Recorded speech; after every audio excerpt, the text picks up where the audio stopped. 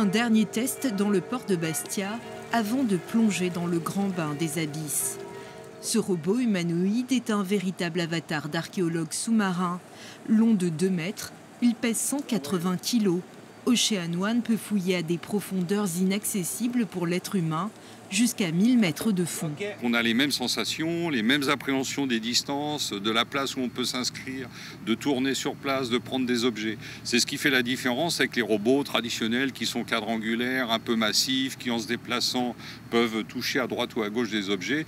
A priori, de la même manière qu'on ne heurte pas dans une foule les gens qu'on croise, un humanoïde peut travailler dans des conditions très complexes tout en étant pilotable par un humain à la surface. Car Ocean One est un bijou de technologie conçu par la très prestigieuse université de Stanford en Californie.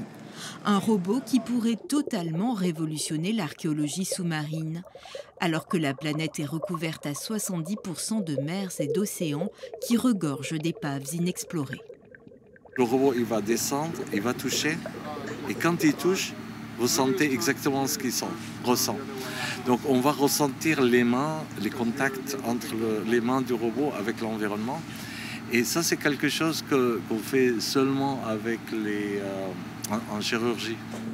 Dans son aventure, Ocean One pourra compter sur un assistant.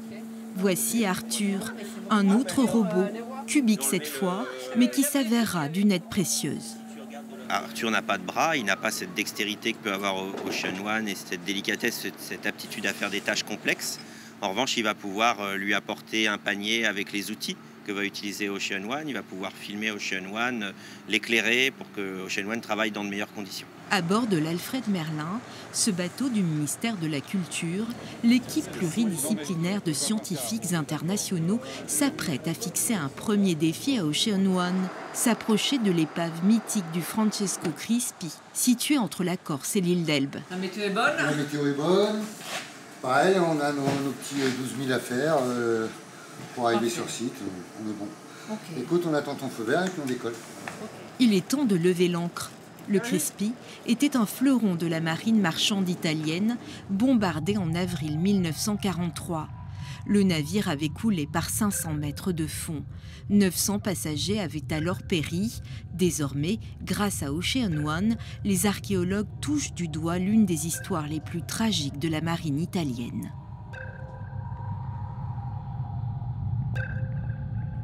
On est arrivé presque à l'intérieur, on voit les toilettes et tout ça. On a pu s'approcher très très proche du site. On a pu voir que probablement la corrosion en cours et vraiment s'accélère et on s'est rendu compte que tout un côté est très détruit, très abîmé et ça confirmerait les données d'archives qui parlent, disent que les Saracens envoient 3 torpilles sur les Crispi, 3 torpilles qui centrent les Crispi à l'arrière.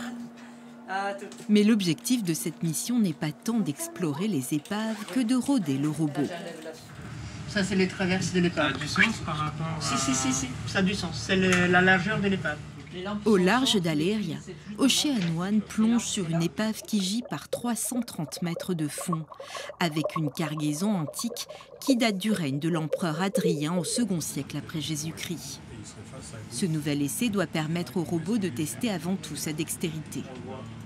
On a pu effectivement faire un nouveau tour sur l'épave, découvrir des nouveaux objets, ça c'est vrai. On a découvert par exemple des lampes qu'on n'avait pas vues avant, des typologies des lampes qu'on ne connaissait pas, beaucoup plus de verres qu'on n'avait pas vus lors des plongées précédentes.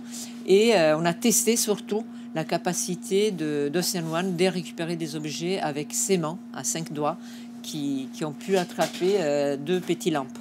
Cette mission expérimentale est menée en partenariat entre l'université de Stanford et le DRASM, le département des recherches archéologiques subaquatiques et sous-marines. Pour la mener à bien, les archéologues se sont démenés jours et nuits. Cela en valait bien la peine. Ce petit robot a totalement révolutionné l'archéologie sous-marine.